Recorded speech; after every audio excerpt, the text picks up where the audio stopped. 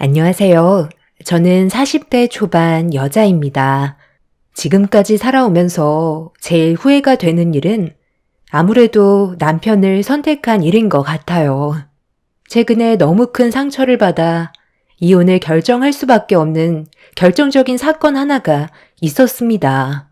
남편과 결혼 생활한 지 10년 차가 넘어가는 동안 그래도 꾸역꾸역 살아왔던 건 제 딸이 아빠 없는 아이로 자라게 하고 싶지 않아 참아왔던 건데, 저도 사람인지라 이번만큼은 도저히 넘어갈 수가 없었습니다.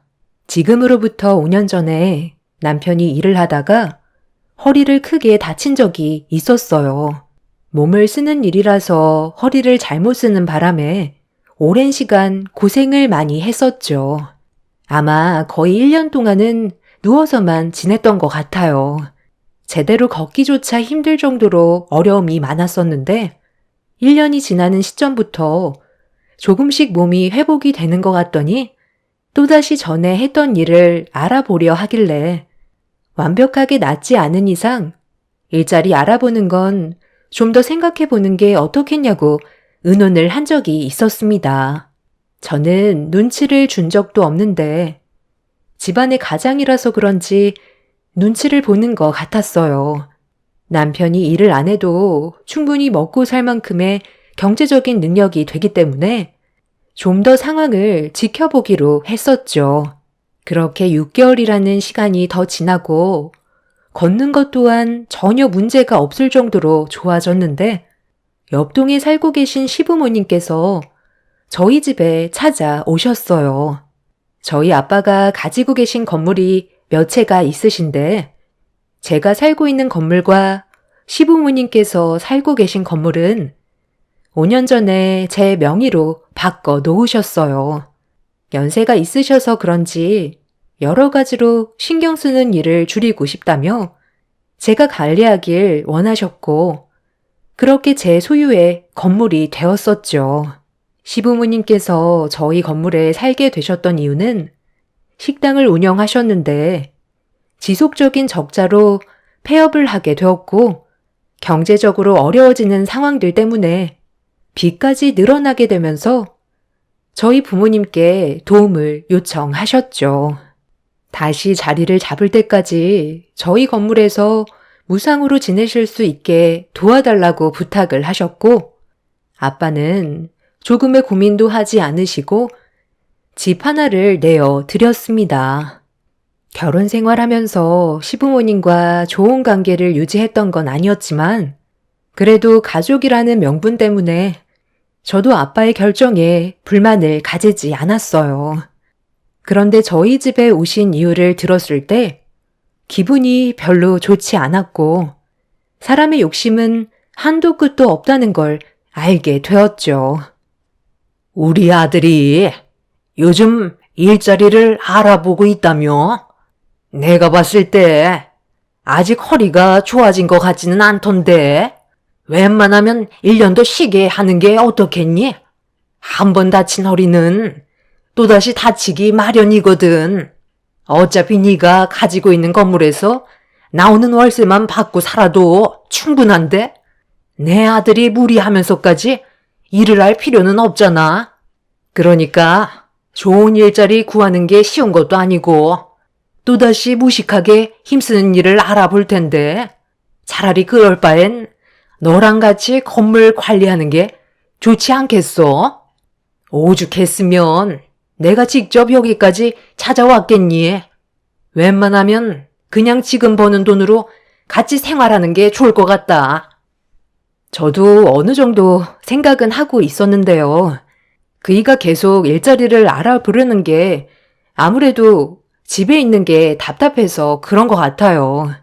그이가 일을 하고 싶다면 저는 말리고 싶지는 않아요. 병원에서도 정상적인 생활이 가능하다고 했고 본인도 그렇게 느끼고 있으니까요. 워낙 몸 쓰는 일을 많이 해와서 그런지 그동안 몸에 피로가 많이 쌓여있던 것 같은데 지금은 많이 회복을 했는지 움직이고 싶어 하더라고요. 계속 집에만 있게 하는 것도 건강에 좋지 않잖아요. 정 아니다 싶으면 그때 또 다른 걸 생각해 보면 되죠. 저희도 많은 대화를 나누고 있어요. 너무 크게 걱정 안 하셔도 돼요. 이것 말고 또 무슨 할 말이 있으신 거예요? 그게 내가 이번에 괜찮은 자리 하나 봐둔 게 있거든. 딱 가게 차리기 좋은 위치라. 이번에 꽈배기집 하나 차려볼까 하는데 너는 어떻게 생각하니? 네? 까베기요? 어머님 그런 것도 만드실 줄 아세요? 맛만 좋다면야 손님은 자연스럽게 찾아오겠지만 그런 곳은 임대료도 상당히 비쌀 것 같은데요? 그래서 찾아온 거잖니. 네가 좀 도와주면 될 것 같은데 우리가 가지고 있는 돈이 많지 않고 아직 대출받은 빚도 다 갚지 못했는데 또다시 대출을 받을 수는 없잖아. 거기에다가 차리면 분명 대박 날 거다. 내가 주변 상권 조사까지 싹 다 했는데 꽈배기 가게가 한 군데도 없더라고. 하루라도 빨리 입점시켜야 다른 사람들이 시작을 안 하지. 내부 인테리어만 우리 돈으로 할 테니까 네가 보증금이랑 임대료 좀 내줄 수 없는 거니? 내가 오죽하면 찾아왔겠어. 사돈댁 덕에 우리 집안이 지금 무상으로 거주하고 있는데 어떻게든 도움을 줘야 할 거 아니야. 분명 대박 날 거고 나한테 투자한 거에 대해 절대 후회하지 않을 거다. 이 사람이 꽈배기 하나는 기가 막히게 만들거든. 믿기 힘들다면 내일 만들어서 올 테니까 먹어보고 결정하는 건 어때? 우리가 얼마나 급하면 이렇게까지 하겠니? 시부모님이 저에게 찾아온 이유를 알게 됐을 때 솔직히 기분이 별로 좋지 않았어요. 어떻게 하면 저희가 가지고 있는 재산을 빼서 사용할지 고민하는 게 눈에 보였거든요. 가족이기 때문에 모두가 같이 잘 살면 좋겠지만 시부모님이 그동안 식당을 운영하셨던 방식을 보면 절대 돈을 잘 벌 수 있는 분들이 아니었어요. 위생 개념도 없었을 뿐더러 손님을 대하는 방식이 재방문율을 떨어뜨릴 정도로 불친절했었죠. 그래서 꽈배기 가게를 하고 싶다고 했을 때 저는 그 자리에서 바로 답을 드리지 못하고 부모님과 상의 후 말씀드리겠다고 최대한 기분 상하지 않게 설명을 드린 뒤 댁으로 돌려 보냈습니다. 때마침 외출하고 들어온 남편은 제가 심각한 얼굴로 고민을 하고 있자 저에게 무슨 일이 있었냐고 물어보길래 좀 전의 상황에 대해 설명하며 대화를 이어 나갔어요. 엄마가 꽈배기 집을 하신다고? 거기가 그렇게 자리가 좋대?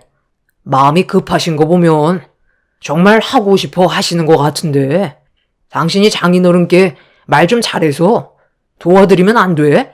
나도 아직 일자리를 구하지 못하고 있으니까 이번에 우리 부모님이랑 같이 가게를 운영하는 게 어때? 어차피 보증금은 받을 수 있는 거고 몇 달간 자리 잡힐 때까지만 임대료 좀 내주면 좀 수월하게 하지 않겠소? 어려울 때 서로 도와주는 게 가족이라잖아. 돈 쌓아놔봤자 뭐해? 세상 떠날 때 들고 가지도 못하는 거. 계속 도와달라는 것도 아닌데 당신이 말만 잘해주면 될 것 같은데. 말 나온 김에 오늘 장인어른 댁에 같이 좀 가는 게 어때? 남편은 일자리를 구하는 것보다 시부모님과 함께 가게 운영하는 게 좋을 것 같다며 갑자기 의욕적으로 변해서는 저희 부모님께 도와달라고 부탁 좀 해보라며 계속 저를 부추겼습니다. 남편은 당장 저희 친정집에 가봐야 할 것 같다면서 다시 현관문을 열고 밖으로 나가 버렸어요. 제 말이 끝나기도 전에 남편의 돌발 행동에 저는 딸을 데리고 남편을 뒤따라갔고 저희 가족은 친정집으로 가게 되었습니다. 가는 동안 제가 좀 더 대화를 하고 결정하는 게 좋지 않겠냐고 했지만 남편은 최대한 서둘러야 한다며 걸음을 재촉했어요. 그렇게 10분 정도 걸어서 부모님 집에 도착을 했고 남편은 현관문을 열고 들어가자마자 앞뒤 다 자르고 다짜고짜 시부모님 가게 차리는데 돈이 좀 필요하다면서 도움을 요청했어요. 워낙 정신없이 집 밖으로 나가다 보니 부모님께 연락드리는 걸 깜빡해서 남편을 보자마자 당황스러워 하셨죠. 부모님께선 침착하게 남편을 거실로 데리고 와서 다시 대화를 시작하셨고 저는 어떤 일이 있었는지 전부 다 설명을 드리게 되었습니다. 그러니까 사돈께서 까베기 장사를 하고 싶다는 건데 돈이 모자란다는 거잖아. 그래서 우리한테 도와달라고 하는 거고 한두 푼이 아니라서 당장 답을 줄 수가 없을 것 같은데 여기저기 나가는 돈이 많다 보니까 여유 자금이 많은 게 아니거든. 일단 생각할 시간 좀 줄 수 있겠나? 김서방 자네도 일자리를 구하지 못해서 많이 힘든 건 아는데 가게 차리는 게 쉬운 일은 아니잖나. 전에 하던 식당도 잘 안 돼서 결국 폐업을 했기 때문에 좀 더 신중하게 결정하는 게 좋을 것 같네만. 네, 당연히 신중하게 결정은 하셔야죠. 하지만 저희 부모님이 살아오신 세월을 봤을 때 단 한 번도 인생을 대충 살아가신 적은 없으세요. 장사라는 게 최선을 다해도 결과가 좋지 않아서 어쩔 수 없이 폐업을 하긴 했지만 제가 봤을 때 이번에 결정하신 사업은 정말 좋은 기회인 것 같아요. 그래서 부탁 좀 드리려고 찾아왔습니다. 바로 답을 주시는 게 힘드시겠지만 최대한 긍정적으로 봐주셨으면 좋겠어요. 저도 직접 가게 운영을 도와드릴 생각이거든요. 자네가 무슨 말을 하는지는 충분히 알고는 있는데 그래도 저번처럼 좋은 결과가 오지 못할 수도 있으니까 우리도 신중하게 결정해서 다시 답을 해주는 게 맞지 않겠나? 네, 그렇게 하세요. 너무 부담 갖지 마시고요. 이 사람도 허리가 괜찮아져서 일자리를 구하던 도중에 나온 말들이라 더 의욕이 생긴 것 같아요. 부모님께서는 예상했던 대로 당황스러워 하셨어요. 아무리 가족이라도 돈이 왔다 갔다 하는 문제는 예민하게 받아들일 수밖에 없었죠. 잘못하다간 서로에게 상처를 주게 될지도 몰라 고민하던 끝에 많은 돈을 빌려주기는 힘들 것 같다고 결정을 하셨습니다. 가족 간 돈거래를 원하지 않으셨던 부모님께서 내리실 결정을 저도 어느 정도는 짐작하고 있었고 더 큰 문제가 생기기 전에 결정을 내리신 거라 부모님이 현명하게 판단하신 거라고 생각했었죠. 그런데 저희 가족 입장을 이해해 주는 게 아닌 시부모님과 남편은 불만이 한가득이었고 받아들이지 못하겠다고 저희 집에 찾아오셨습니다. 그리곤 상처되는 말을 늘어 놓으셨죠. 내가 너한테 돈 빌려달라고 하는 것도 얼마나 자존심 상하는지 아니? 그래도 잘 먹고 잘 살아보겠다고 도와달라고 한 건데 어쩜 바로 거절을 할 수가 있니? 어머님, 뭔가 오해가 있으신 것 같은데요. 저희 부모님께서 돈 문제로 관계가 껄끄러워질까봐 거절을 하신 거였어요. 가족 간의 돈거래는 신중해야 되잖아요. 적은 금액도 아닌데 나중에 문제라도 생기면 어떡해요. 그쪽 상가가 좋은 건 알겠지만 지금 가지고 계신 자금으로 할 수 있는 곳에서 시작하는 게 어떻겠어요? 요즘은 맘만 좋다면 멀리에서라도 찾아오잖아요. 너무 서운해하지 마시고 이해를 해주셨으면 좋겠어요. 저희 부모님이 아버님, 어머님 많이 힘드실 때 모른 척 한 것도 아니고 도와주셨잖아요. 지금 살고 계신 집도 무상으로 제공해드리고 있고요. 이 사람도 가게 오픈하면 열심히 도와준다고 했으니까 노력은 배신을 하지 않으니 분명 좋은 결과가 올 수 있을 거예요. 저희 기분 전환이라도 좀 할 겸 밖에 나가서 외식이라도 할까요? 어머님, 이대로 그냥 가시게요?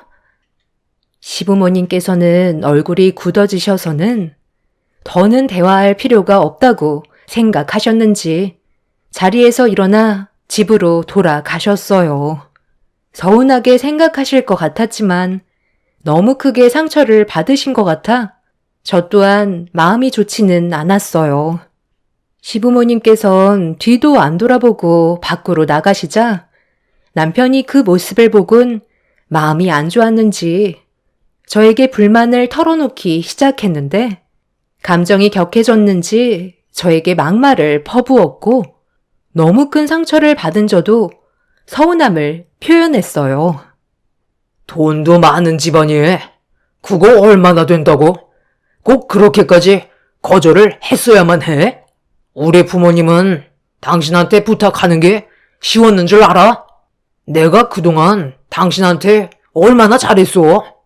허리 다쳐서 집에서 쉬는 것조차 눈치 보이니까 집안일이며 육아까지 전부 다 책임지는데 나를 봐서라도 도와줄 수 있는 거 아냐?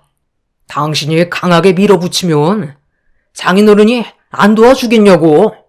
진짜 너무 실망했다고. 이런 거 보면 꼭 있는 사람들이 더하다니까. 나 오늘 안 들어올 거니까 그런 줄 알아. 당신 방금 뭐라고 그랬어? 우리 집안이 어때서 지금까지 당신 집안 도와준 게 아무것도 아니라는 거야? 어느 누가 집을 무상으로 제공을 해줘. 그리고 당신이 다쳤을 때 내가 단 한 번이라도 불만을 얘기한 적 있었어? 당신이 허리 다쳐서 아무것도 하지 못할 때 나 혼자 애 보고 집안일 하는 게 쉬웠는 줄 알아? 다른 여자였으면 벌써 때려치우고 이혼했을 거라고. 나는 지금도 당신이 알아서 해주길 기다리고 있잖아. 괜히 돈 빌려줬다가 오히려 양가 집안에 안 좋은 감정이 생길까봐 아빠는 그게 걱정돼서 거절을 하신 거야. 그리고 꽈배기 만드는 거 아직 단 한 번도 해보신 적도 없으시다며. 마음이 급하시니까 아버님이 나한테 거짓말까지 하셨잖아. 내가 이 말까진 안 하려 했는데 얼마 전에 우리 엄마가 반찬 좀 가져다 드리라고 해서 잠깐 들린 적이 있었는데 그때 내가 뭘 목격했는지 알아? 아버님이랑 어머님이 꽈배기를 사가지고 걸어오시면서 드시고 계시더라. 두 분이서 하나씩 드시고 계시는데 어머님이 일단 가게부터 오픈하는 게 급하다면서 일은 나중에 배워도 된다고 사가지고 온 꽈배기를 나한테 주면 될 것 같다는 말을 하셨어. 내가 두 분의 모습을 보고 얼마나 깜짝 놀랐는지 알아? 어떻게 꽈배기 하나 만들어 본 적도 없으시면서 무작정 가게부터 차릴 생각을 가지고 계시는 거야? 장사라는 게 철저한 준비가 되어 있어도 망하는 게 요즘 세상인데 아버님 어머님께서 하신 행동은 우리 부모님께서 힘들게 벌어모으신 돈을 그냥 흥청망청 쓰시겠다는 걸로밖엔 안 보이잖아. 우리 부모님이 오죽 급했으면 그러기까지 했겠소. 그쪽이 위치가 좋고 이번이 좋은 기회인 것 같아서 그런 거지. 어떻게 당신은 조금도 이해해 주려 하지 않는 거야? 내가 당신 집안 이해하지 않았으면 벌써 갈라섰어. 그동안 내가 말을 안 해서 그렇지 얼마나 많이 쌓여 있었는지 알아? 우리는 계속 베풀기만 하는데 당신이랑 시부모님께서는 항상 어떻게 하면 돈을 뜯어갈 수 있을지 고민만 하고 있잖아. 내 말이 틀려? 지금 상황을 봐봐. 땡전 한 푼 없이 우리 가족들에게 기생충처럼 얹혀 살고만 있으면서 돈만 축내고 있는 거 아니야? 나 요즘 정말 많이 힘들거든? 그러니까 웬만하면 일 크게 만들지 말고 당신이 가서 좋게 설명드린 뒤 마무리하고 와. 나도 정말 많이 참았거든. 집안의 가장 역할을 제대로 하지 않는데도 같이 사는 건 사랑이 때문이라고. 그리고 당신도 이제 일자리 알아봐. 집안의 가장이 허리 아프다는 핑계로 언제까지 쉬고만 있을 건데? 당신 부모님 꽈배기 가게 차려주고 싶으면 밖에 나가서 열심히 돈 벌어 해드리면 되잖아. 남편은 저에게 더 이상 할 말이 없었는지 아무 말도 하지 않고 밖으로 나가 버렸어요. 저도 최대한 좋게 풀어가려 했었는데 저희 가족에 대해 함부로 말한 남편과 시부모님의 행동에 너무 큰 실망을 하게 되었죠. 결국 그날 이후 시부모님은 대출을 받으셨고 원하시는 가게를 무리하게 오픈하셨어요. 남편도 시부모님의 가게에서 일을 도와드리면서 열심히 하는 듯 보였습니다. 저희 가족은 시부모님의 가게에 가는 게 많이 부담스러웠어요. 도와주지 않았기 때문에 상당히 조심스러웠었죠. 아빠는 그래도 가게를 오픈했는데 가봐야 하지 않겠냐며 장사가 잘 되고 확실히 가능성이 보인다면 그때 도와줘도 늦지 않는다고 상황을 지켜보기로 하셨어요. 그래서 주말에 시간 될 때 가족들과 함께 가게를 처음 가보게 되었는데 사람이 많을 거라고 상상했던 거와 다르게 가게 안은 파리만 날리고 있었습니다. 심상치 않은 분위기에 당황한 저희는 시부모님과 남편의 분위기를 살피고 있는데 시모가 꽈배기를 건네주셨고 저희 가족은 하나씩 시식을 해보는 순간 저도 모르게 얼굴이 일그러지고 말았어요. 제대로 배우지 않고 무턱대고 차린 꽈배기는 너무 충격적이었죠. 겉은 거뭇하게 탔는데 속은 익지 않아 너무 질어서 밀가루를 씹는 듯한 느낌이었습니다. 의욕만 앞서서 열심히 한다고 되는 일이 아니었죠. 그런데 시부모님께서는 저희 가족이 도와주지 않아서 장비가 좋지 않아 문제가 생긴 거라고 불만을 털어 놓으셨어요. 그리고 남편은 길 건너편에 대형 꽈배기 가게가 생겨서 시부모님 가게에는 오지도 않는다며 심각한 얼굴을 하고 있었습니다. 무슨 말을 해줄 수도 없을 만큼 너무 큰 충격을 받아서 시댁 식구들을 멍하니 바라만 보고 있었죠. 아빠는 고개를 저으시면서 제대로 배우지도 않고 무턱대고 일을 저지른 결과라며 가게를 나가셨습니다. 이 일로 인해 또다시 대출빚만 늘게 되었고 시부모님은 폐업을 할 수밖에 없었어요. 남편은 대출빚을 갚기 위해 다시 일을 시작했지만 또 몸쓰는 일이라 언제 어떻게 허리를 다치게 될지 모르는 상황이었죠. 가면 갈수록 대책 없는 시댁 집안들의 행동들 때문에 답답했었고 부모님께서는 금전적으로 조금도 도와주지 않으셨어요. 시부모님이 대책 없이 저질러버린 일들을 도와준다면 또다시 똑같은 일을 반복하는 거라고 전혀 도움을 주지 않자 시부모님께서 저희 부모님 집에 직접 찾아가셨는지 엄마한테 전화가 왔어요. 너무 놀라 허겁지겁 친정집으로 향했고 문을 열고 들어가자마자 안 좋은 대화를 주고받고 계셨습니다. 시모는 저를 보자마자 더 크게 목소리를 높이셨어요. 도대체 왜 도와주지 않는 거예요? 저희가 남도 아니고 그래도 가족이나 다름없는데 상황이 힘든 거 뻔히 알면서 왜 주머니에서 돈을 꺼내지 않는 거냐고요? 제가 손이 발이 되도록 빌어야 도와주실 건가요? 아직 빚도 못 갚는 상황에서 무리하게 또 대출을 받아 가게를 차렸는데 망했으면 저희가 다시 회복할 수 있게 도와주실 수 있는 충분한 능력이 되시면서 그냥 불구경 하시듯 쳐다만 보실 거예요? 정말 너무들 하십니다. 제 아들은 허리가 온전치도 않은데 빚을 갚으려고 밖에서 일을 하고 있잖아요. 저러다 또 허리라도 다치면 어쩌려고 그래요? 왜 다들 말이 없으세요? 무슨 말을 하셔야 대화가 이어질 거 아닙니까? 제가 지금 도와드린다고 해서 달라질 게 뭐가 있는 겁니까? 제 딸한테 들었었는데 사부인께서 아무 계획 없이 마음만 급해서 무작정 밀어붙인 거라면서요. 꽈배기도 만들지 모르는데 주변 상권에 꽈배기 가게가 없다고 먼저 입점하려다가 이 꼴을 당한 거 아닙니까? 제가 그것도 모르고 도와드렸으면 제 돈도 잃게 되는 건데 이게 왜 저희 탓이라는 거죠? 처음부터 철저하게 준비했다면 이렇게까지 심각하게 폐업하지는 않았을 겁니다.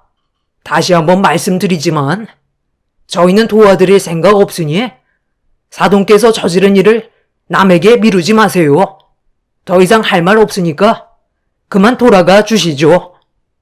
시부모님께서는 얼굴이 붉어지셔서는 자리에서 일어나 현관문을 박차고 집으로 돌아가셨어요.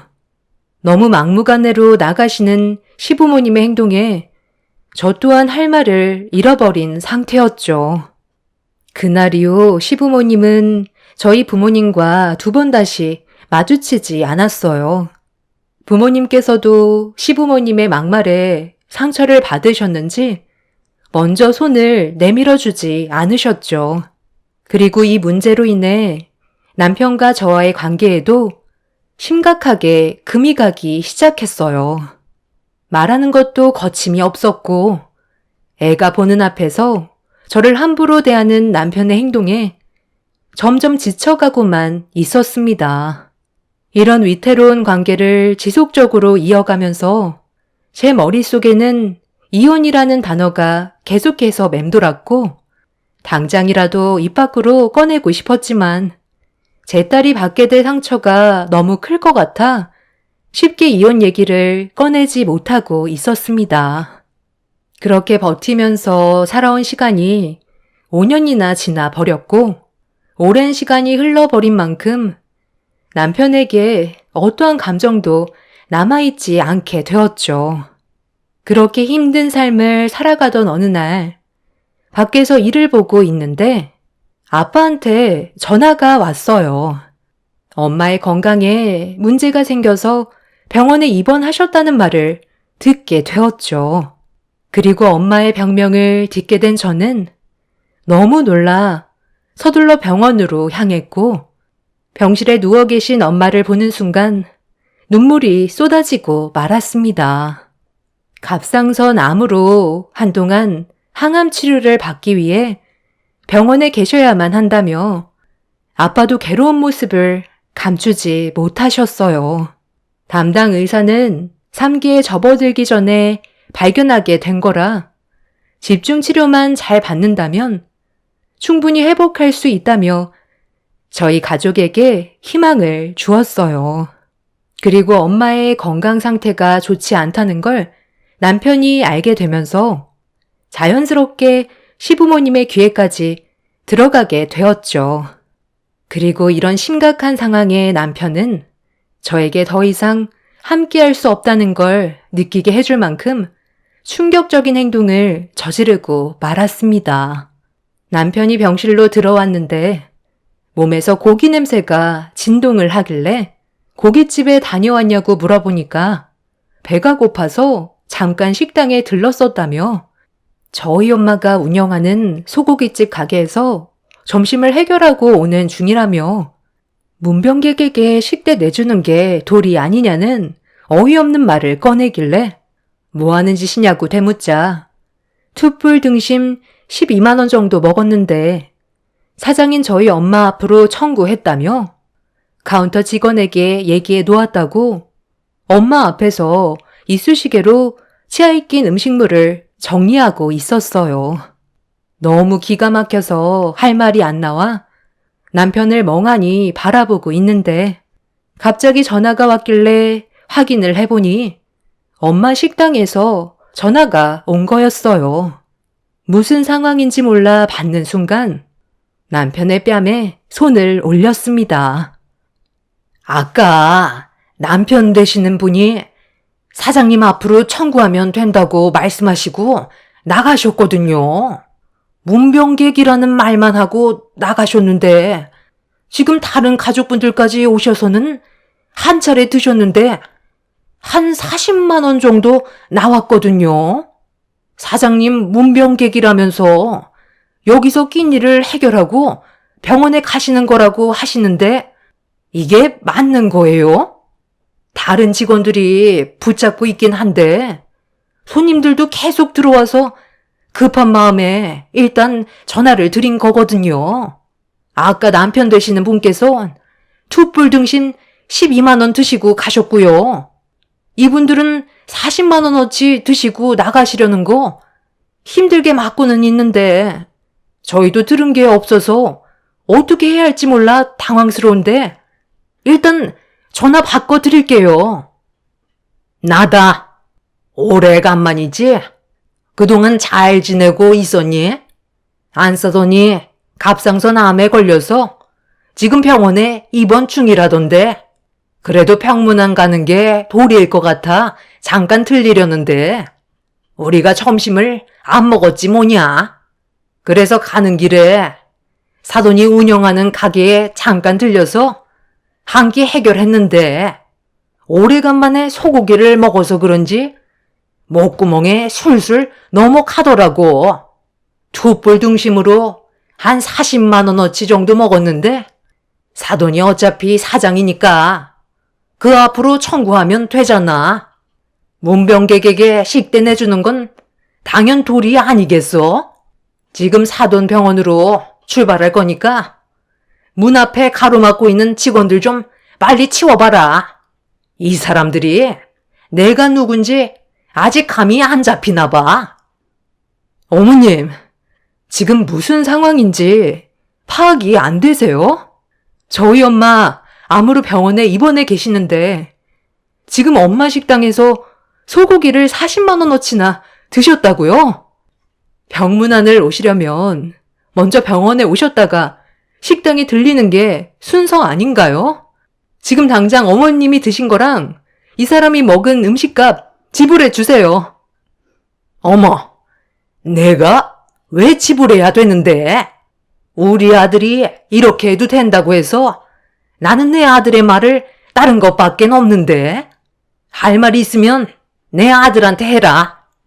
그리고 너는 문병객 대우를 이런 식으로 하니? 기분 나빠서 병문안 갈 생각도 싹 사라졌으니까 내 아들이 한 걸로 퉁치도록 하자. 그럼 이만 끊으마. 그러니까 그냥 좋게 넘어가면 되잖아. 이런 일로 오래간만에 우리 부모님 배에 기름칠 좀 해주고 싶어서 그랬던 건데 꼭 그렇게까지 모질게 말을 했어야 돼?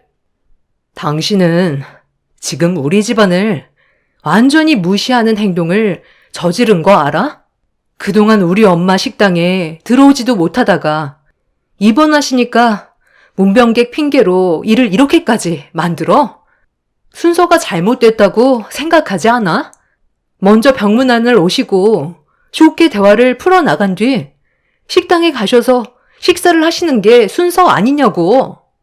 우리 엄마가 누워 계시는데 앞에서 일을 쑤시고 있어? 더 이상은 못 참겠어. 당신이랑 내가 함께한 세월들이 너무나 후회돼. 사랑이를 위해서 지금까지 힘들게 버텨왔는데 이러다간 내가 먼저 세상을 떠나게 될 것 같다. 이제 그만 갈라서도록 하자. 이혼하고 각자 갈 길 가면 되는 거야. 당장 이혼 서류에 도장 찍으러 가자고. 그리고 그동안 무상 거주 중이었던 내 건물에서도 당장 나가. 문병객 도리? 도리 같은 소리 하고 있네. 정말 어이가 없다. 그럼 세입자 도리도 뭔지 알려줄게. 저는 더는 참을 수 없어 남편의 뺨에 손을 올린 뒤 이혼을 통보했고 곱방귀도 안 끼던 남편에게 소송을 걸었어요. 그리고 시부모님이 그동안 무상으로 살고 계셨던 집 또한 부동산에 내놓게 되었죠. 상황이 심각해지자 그제서야 좋게 풀어가려는 시모와 남편이 슬슬 기기 시작했어요.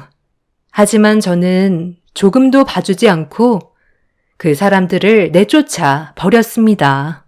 시부모는 살고 있던 집에서 어떻게 나가냐고 시간을 달라고 했지만 제가 받은 상처가 너무나도 컸기 때문에 조금도 받아들여주지 않았고 남편과 법적으로 남남이 된 이후 시부모님과 남편은 결국 지금 살던 집보다 훨씬 더 작은 집을 구해 이사를 갈 수밖에 없었죠. 최대한 좋게 풀어보려고 노력했지만 이미 때는 늦었고 더 이상 그 사람들을 봐주고 싶지 않았어요. 기생충 같은 그 사람들과 살 바엔 차라리 혼자 살면서 제 딸을 키우는 게 훨씬 더 정신건강에 좋을 것 같다고 판단하게 되었죠. 지금도 저희 가족에게 미련이 남았는지 지속적으로 접근하고 있지만 절대로 받아줄 생각이 없습니다. 그 인간들과 함께했던 세월들을 제 머릿속에서 지워버리고 싶네요. 다시 되돌릴 수 있다고 남편은 재결합하자고 말 같지도 않은 소리를 하고 있지만 힘들게 빠져나온 만큼 제 눈에 흙이 들어와도 받아줄 생각은 조금도 없습니다. 앞으로 제 딸과 함께 시작하는 새로운 삶에 행복만 가득했으면 좋겠어요. 제 사연 들어주신 분들 감사합니다. 안녕하세요. 저는 남편과 결혼 3년 만에 이혼을 하고 혼자서 아이를 키우고 있는 30대 중반 여자입니다. 그동안 힘든 결혼 생활을 유지해 왔던 건 제 뱃속에 새 생명이 자라고 있어서 가정을 깨는 것보다 제가 좀 더 참고 살아가는 게 현명한 방법이라고 생각을 했었습니다. 하지만 그건 제 착각이었다는 걸 알게 되었고 결국엔 출산을 한 이후 남편과 이혼을 결정하게 되었어요. 사고를 한두 번 친 것도 아니고 반복되는 문제들로 인해 더 이상 참고 살아갈 수는 없었죠. 그런데 시모는 제가 얼마나 힘든 상황들을 인내하고 있는지 전혀 눈치를 채지 못하고 임신한 저를 함부로 대하셨는데 그 이유는 시모가 손주를 별로 원하지 않으셨어요. 보통 다른 집안 같은 경우 아이를 간절히 원하는데 시모는 오히려 아이를 가지는 것보단 저와 남편이 남은 인생을 즐기기를 바라셨어요. 곧 세상 밖으로 나오게 될 아이를 시모는 상당히 귀찮은 존재로 생각을 하셨습니다. 시모의 성격은 저도 처음 겪었을 만큼 특이했었고 당황스러웠던 일들이 자주 발생이 되었었죠. 임신한 상태에서 시모를 상대하는 건 쉽지가 않았어요. 저는 최대한 심적 안정을 취하기 위해 노력했었지만 시모는 그런 제 마음도 전혀 알아주지 못한 채 뱃속에 있는 아이가 세상 밖으로 나오는 순간 자유는 없는 거라고 남은 인생을 애만 키우다 세상을 떠나게 될 거라면서 저를 한심하게 바라보셨죠. 얼굴만 마주하게 되면 자동적으로 들려오는 시모의 불만들은 저에게 많은 스트레스를 가져다 주었고 남편 하나도 벅찬데 시모까지 한술 더 뜨는 행동들이 결혼 생활을 후회하게 만들었어요. 앞으로의 미래가 어떻게 펼쳐지게 될지 눈앞에 훤하게 보이는 날들이 막막했던 저는 남편에게 앞으로 어떻게 하면 좋을지 제대로 된 계획을 세워주길 부탁했어요. 그냥 흘러가는 대로 살아가는 것 같아 남편한테 저와 아이의 인생을 맡기는 게 너무 불안하기만 했었죠. 남편은 시간이 알아서 해결해 줄 거라며 믿음이 가지 않는 모습을 보여주었어요. 결국 임신한 상태에서 화를 내고 말았습니다. 언제까지 이렇게 살아야 하는 건데? 당신의 그 무책임한 행동들 때문에 내가 얼마나 스트레스를 받고 있는지 알아? 앞으로 어떻게 살아가야 할지 진지하게 계획하고 달라지는 모습을 보여줘야 나도 믿음이 가는데 당신이 하는 행동을 보면 그냥 될 대로 되라는 식이잖아. 내가 언제까지 그런 모습을 지켜봐야 하는 거야? 제대로 된 계획을 만들어주지 않는다면 나도 더 이상은 같이 살아가기 힘들 것 같아. 앞으로 어떻게 할 생각인 거야? 지금 당장 해결할 수 있는 방법이 있는 것도 아닌데 뭐가 그렇게 급한 거야? 한 번에 모든 걸 처리할 수는 없잖아. 나도 좀 더 잘 살아보겠다고 그런 건데 당신이 좀 봐주면 안 되는 거야? 그냥 나를 믿고 따라와주면 알아서 해결될 문제를 왜 못 기다려서 사람을 미치게 만드는 건데 당신이 닥달하면 나도 힘이 든다고. 당신 말 정말 웃기게 한다. 내가 언제 닥달했다고 그래? 지금까지 참고 기다려준 것만도 감사하게 생각해야지. 어쩜 당신이나 어머님이나 항상 매사에 계획도 없고 불평불만에 사람을 지치게 만들어? 며칠 전에 어머님 집에 왔다 가셨어. 나보고 뭐라고 하셨는지 알아? 출산하자마자 바로 일자리 알아보라고 하시더라. 우리 집안이 지금 어떤 상황인지 전혀 모르시니까 용돈이 줄어든 부분에 대해서 파악을 못하고 계시지. 그렇다고 당신이 이 집을 홀라당 해먹었다고 말할 수는 없는 거잖아. 언제까지 비밀을 유지할 수 있을 거라 생각하는데? 용돈 좀 올려달라고 내 얼굴만 보면 돈 얘기만 하고 있다고. 내가 조만간 알아서 할 테니까 엄마한테는 절대로 말하지 마. 아빠 귀에 들어가는 순간 내 목숨은 날아가는 거라고. 나도 왜 일이 이렇게 됐는지 모르겠다. 어머님한테 매번 털리는 것도 이제 지친다고. 내 얼굴만 보면 아이 가졌다고 얼마나 뭐라고 하시는 줄 알아? 아이 가지는 것도 허락받아야 되는 건 아니잖아. 이런 시간이 반복이 될수록 나도 더는 버티기 힘들어. 집안의 가장이니까 더 많은 돈을 벌기 위해 노력한다는 건 나도 잘 알아. 하지만 전 재산을 털어서 투자를 하는 건 잘못된 생각이었고, 나와 한마디 상의도 없이 이런 큰일을 당신 혼자 결정했다는 건 내 입장에 대해서는 조금도 생각하지 않았다는 거잖아. 집안 곳곳에 붙어있는 압류 스티커 어떻게 할 거야? 어머님이 저거 보시는 순간 뒷목 잡고 쓰러지시는 건 당연한 거라고. 그럼 또 내 탓으로 돌리시겠지. 나도 정말 일이 이렇게까지 커질지 몰랐는데 많은 돈을 벌 수 있다는 말에 딱 한 번만 크게 투자하고 빠지려고 했지. 인생은 한 방이잖아. 당신이 말하는 그 한 방 때문에 우리 모두 길거리에 나앉게 생겼다고. 앞으로 어떻게 살아가야 할지 너무 막막해. 이대로 가다간 얼마 못 버틴다니까. 그럼 당신이 부업이라도 좀 하면 안 돼? 배가 불렀으니 밖에서 일을 하기에는 무리가 있을 것 같으니까 집에서 손부업 같은 거라도 하면 좋을 텐데. 당신은 나에 대해 전혀 관심이 없구나. 내 손 안 보여? 이게 여자 손이야? 전부 다 갈라지고 터질 정도로 매일 부업을 하고 있잖아. 하루 종일 작은 방에 틀어박혀서 허리 한번 제대로 펴지 못한 채 몇 분 벌어보겠다고 부업하는 게 얼마나 힘든지 알아? 당신이 벌어오는 돈은 전부 빚 갚는 데 나가고 내가 부업으로 버는 돈은 전부 생활비로 나가고 있는데 어떻게 부업을 하고 있는 것도 모를 수가 있어? 당신이 이렇게까지 나한테 무관심할 거라곤 상상조차 못했다. 저는 더 이상 남편과 대화조차 섞고 싶지 않아 방으로 들어와 버렸어요. 남편 하나 잘못 만나 힘들어진 인생 전부 제 탓이긴 하지만 모든 상황들을 다시 바로잡기 위해 힘겹게 발버둥 치고 있는데 남편은 노력하고 있는 저에게는 관심조차 없었어요.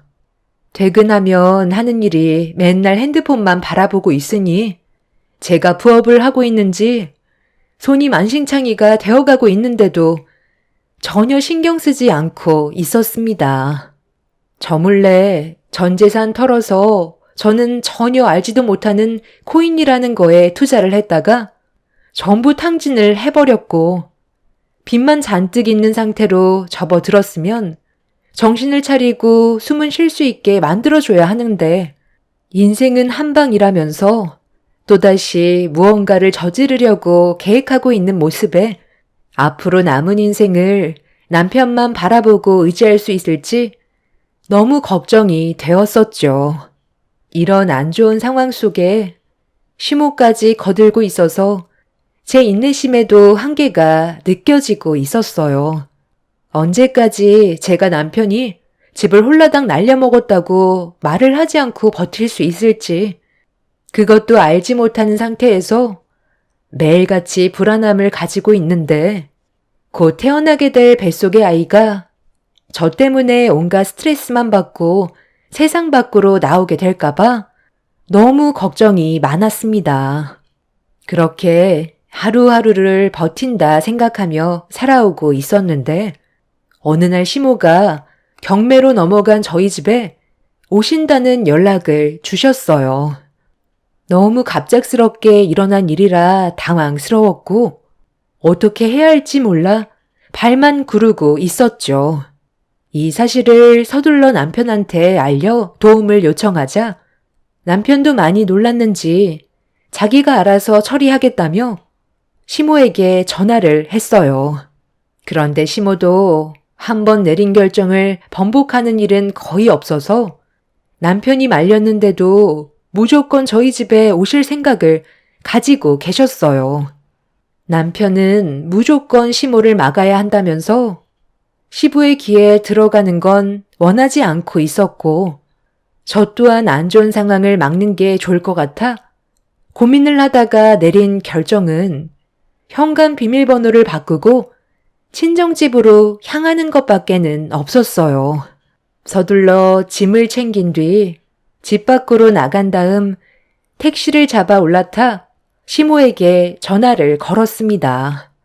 갑작스러운 진통에 친정집에서 안정을 취해야 할 것 같다고 다음에 오시길 간절히 부탁드렸어요. 너 지금 나가지고 노는 거니? 이제 막 출발했는데 그럼 진통이 왔다고 미리 얘기를 하던가. 뱃속에 있는 아이가 너를 쏙 빼닮았나 보다. 얌전히 있으면 되는 건데 하는 짓이 어쩜 너랑 똑같니? 그럼 내 아들 먹을 음식만 들여놓고 나올 테니까 너는 사돈댁에 가서 몸조리나 하고 있어라. 어머님, 지금 꼭 가셔야 될까요? 제가 현관 비밀번호까지 바꿔놓은 상태라 지금 가셔도 들어가실 수가 없어요. 이따가 그이한테 음식 받아가라고 말해 놓을게요. 뭐? 비밀번호를 바꿔? 그럼 나한테 알려주면 되는 거 아니야? 어려운 것도 아닌데 뭐가 문제인 거야? 비밀번호 문자로 보내주고 오늘 저녁은 아들과 함께 저녁 먹고 들어가도록 하마. 왜 대답이 없니? 내가 내 아들 집에 들어가겠다는 건데 도대체 뭐가 문제인지 모르겠구나. 너희들 나한테 뭐 숨기는 거 있니? 아휴, 그럴 리가요. 어머님 혼자 가시는 게 마음에 걸려서 그렇죠. 일단 제가 그이한테 먼저 전화를 좀 해볼게요. 바로 어머님한테 그이가 연락을 줄 거예요.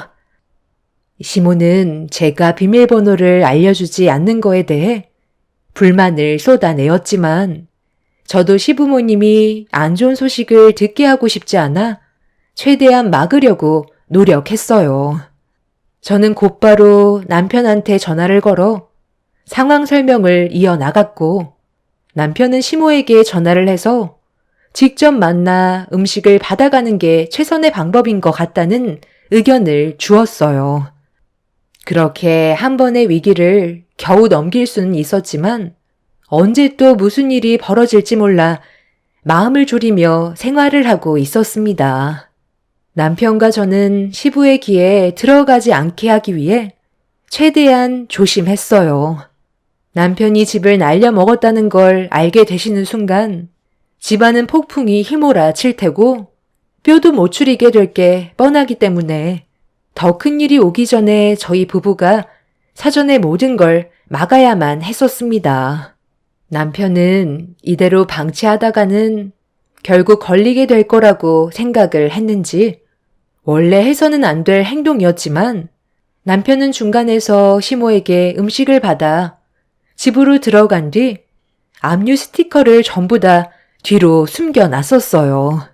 처벌을 받을 수 있다는 걸 알면서도 시부모님이 알지 못하게 조치를 취해 놨었죠.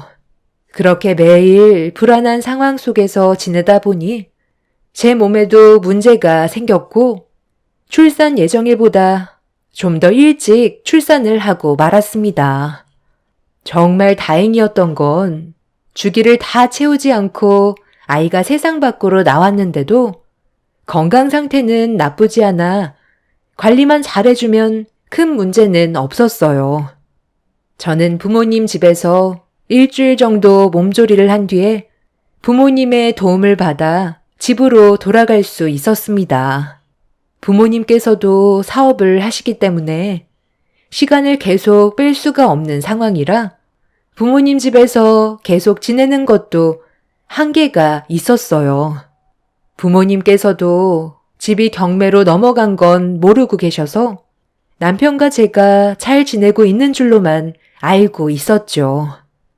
남편은 시모가 저희 집에 한번 오시려고 했었을 때 불안함을 많이 느꼈는지 경매를 취소하기 위해 퇴근을 한 뒤에 대리운전까지 뛰며 당장이 급한 불부터 끄기 위해 노력을 하고 있었습니다. 발등에 불이 떨어지고 나서야 남편이 정신을 차린 것 같아 한 고기만 넘기면 숨통이 트일 줄 알았어요.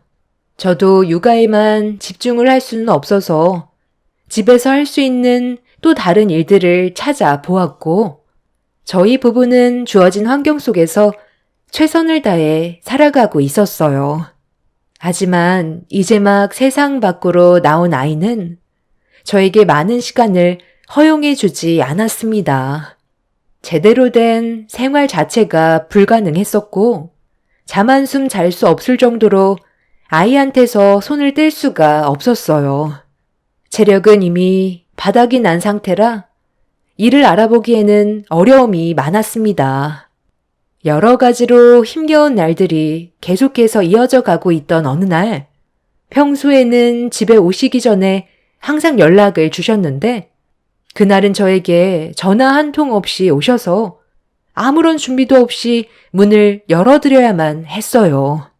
몸도 전부 회복이 되지 않은 상태에서 육아에 지쳐 있다 보니 갑자기 찾아오신 시모를 제대로 챙겨드리기는 어려움이 있었어요. 너 아주 반쪽이 됐구나. 내가 뭐라고 그랬어? 아이를 가지는 순간부턴 인생을 말아먹는다고 했었지? 이제야 내 말에 조금은 공감이 가니? 힘들기는 하지만 그래도 웃는 날이 더 많은 것 같아요. 저는 아이를 가진 거에 대해 후회를 해본 적이 없어요. 그런데 무슨 일 때문에 오신 거예요? 무슨 일 때문에 왔겠어? 너도 이제 복직할 준비해야 되지 않겠니? 언제까지 집에만 박혀 있을 수는 없잖아. 요즘에 돌봐주는 도우미 아줌마도 많다더만. 그거 이용하면 되잖니? 사돈댁 분들은 사업을 하시니 시간이 나질 않고 나도 이 나이 먹고 애 봐줄 생각 전혀 없으니까 서둘러 도우미 좀 알아봐라. 저 출산한 지 이제 일주일 넘어가고 있어요. 몸도 회복이 아직 덜 됐는데 복직이라는 건 무리가 있는 것 같아요. 아이가 우선이지 일이 우선은 아니잖아요. 돈이 부족해서 그래. 내 아들이 요즘 용돈까지 끊어버렸는데 이유는 말도 안 해주고 아이한테 들어갈 돈이 많다는 말만 하는데 그건 핑계인 것 같고 도대체 왜 내 용돈을 끊어버린 거야? 줄이는 것도 아니고 아이의 돈줄을 끊는 건 너무하다고 생각되지 않니? 내가 용돈을 다시 받으려면 네가 복직하는 수밖에 없지. 당분간 일할 생각은 없어요. 지금 시기에는 아이한테만 집중을 하고 싶어요. 아버님께서 일하시는데 직접 달라고 하시는 건 안 되는 거예요? 아유, 그 꽉 막힌 인간이 나한테 용돈을 주겠니? 세상 떠나기 전까지 절대로 자기 지갑 열지 않을 사람이다. 생활비 빼곤 용돈은 아예 주지도 않는다고. 너희 무슨 일 있는 건 아니지? 갑자기 돈을 주기 힘들다고 하면 내가 얼마나 당황스럽겠니? 사야 할 것도 많은데 언제까지 입만 벌리고 기다릴 수는 없잖아. 요즘 돈 나갈 때도 많고 아이 용품도 사야 해서 그이가 좀 많이 예민해졌나 봐요. 제가 나중에 한번 얘기해 볼게요. 오늘 식사하고 들어가실 거예요? 그럼 당연하지. 여기까지 왔는데 그냥 가라는 건 아니지. 나가서 외식을 하던지 아니면 저녁상 좀 차려봐라. 곧 내 아들 퇴근할 텐데 같이 저녁 먹으면 좋잖니? 시모는 남편이 대리운전을 하고 있다는 걸 전혀 모르고 있었기 때문에 퇴근하면 집으로 곧장 오는 줄 알고 있었어요. 저는 잠깐만 통화 좀 하겠다면서 남편한테 전화를 걸었고 현재의 상황을 알린 뒤 어떻게 하면 좋겠냐고 의견을 물어보자 남편은 시모를 그냥 돌려보내라는 말만 하고 전화를 끊어버렸어요. 그 순간 짜증이 확 올라왔지만 최대한 감정을 억누른 채 다시 거실로 나와 시모에게 최대한 좋게 설명을 드리려고 하는 순간 시모의 손에 압류 스티커가 쥐어져 있었어요. 너무 놀라 당황한 표정을 숨기지 못했고 시모는 정색을 하면서 이제야 모든 상황이 이해가 된다며 언제부터였는지 설명해달라며 목소리를 높이셨어요. 집이 경매로 넘어간 건 좀 됐어요. 그이가 지금 막으려고 애쓰고 있긴 한데 아무래도 저희가 이사를 가야 될 것 같아요. 그이도 잘해보려고 했다가 일이 이렇게 되어버린 거라 그동안 숨길 수밖에 없었어요. 아버님이 이 사실을 알게 되시기라도 한다면 화내실 게 분명한데 어떻게 말씀을 드리겠어요. 이 집 아버님이 직접 마련해 주신 집이잖아요. 그래서 요즘 돈 나갈 때가 너무 많다 보니 어머님 용돈 드리는 것도 힘들었던 거예요. 제발 조용히 넘어가 주세요. 지금 이 상황이 얼마나 심각한지 모르는 거야? 너희 시아버지가 이 사실을 알면 승재는 뼈도 못 추린다고. 너는 이렇게까지 될 동안 뭘 하고 있었던 거야? 저도 전혀 알지 못하고 있다가 뒤늦게 알았어요. 저도 어느 정도 몸도 회복하고 아이도 어린이집 보낼 수 있을 정도가 되면 그때 일자리 알아볼 거니까 너무 걱정하지 마세요. 일단 경매 취소부터 하려고 그이도 퇴근하자마자 대리운전을 뛰고 있거든요. 저도 조금이라도 도움이 되려고 틈틈이 부업도 하고 있어요. 그래서 나를 계속 집에 들어오지 못하게 했던 거구만. 어쩐지 뭔가 이상하다 했었다. TV에 이상한 스티커가 뒤에 붙어 있길래 생각 없이 떼봤는데 압류 스티커라니. 아무리 생각이 없어도 그렇지 상황이 이렇게까지 오기 전에 몰랐다고? 네가 얼마나 내 아들한테 관심이 없었으면 이 지경이 될 때까지 몰랐다는 게 말이 되니? 안 되겠다. 너 내일부터 당장 일자리 알아봐라. 한 푼이 아쉬운 상황에서 태평하게 애나 보고 있으면 되겠니? 내일 바로 복직하고 퇴근하면 내 아들처럼 대리운전을 하던 돈 되는 일은 전부 다 찾아서 하루빨리 이 상황을 진정시켜라. 조만간 너희 시아버지가 어떻게 살고 있는지 궁금해서 온다고 했는데 너는 생각이 전혀 없는 거야? 갓 태어난 아이도 어린이집에 맡길 수 있으니까 내 말에 토달지 말고 그냥 시키는 대로 해라. 찬밥 더운 밥 가릴 처지니? 어머님, 아이가 태어난 지 이제 일주일 넘었는데 어린이집에 맡기는 건 문제가 있어요. 저도 아직까지 몸도 전혀 회복이 되지 않았고요. 시간이 아직 필요해요. 시모는 제 말이 끝나자마자 토달지 말라고 했는데 말대꾸했다고 화를 내셨어요. 몸이 온전치 못한 상태에서 일을 할 수는 없었기 때문에 솔직하게 말씀을 드린 건데 시모는 제 입장에 대해서는 전혀 알아주려 하지 않았습니다. 그런데 시모가 시키는 대로 제가 움직이려 하지 않자 화가 나셨는지 갑자기 저를 끌고 집 밖으로 내치셨어요. 몸이 회복이 덜 된 상태라 시모에게 저항을 할 수 있는 힘도 없어서 그대로 밖으로 내쫓길 수밖에 없었죠.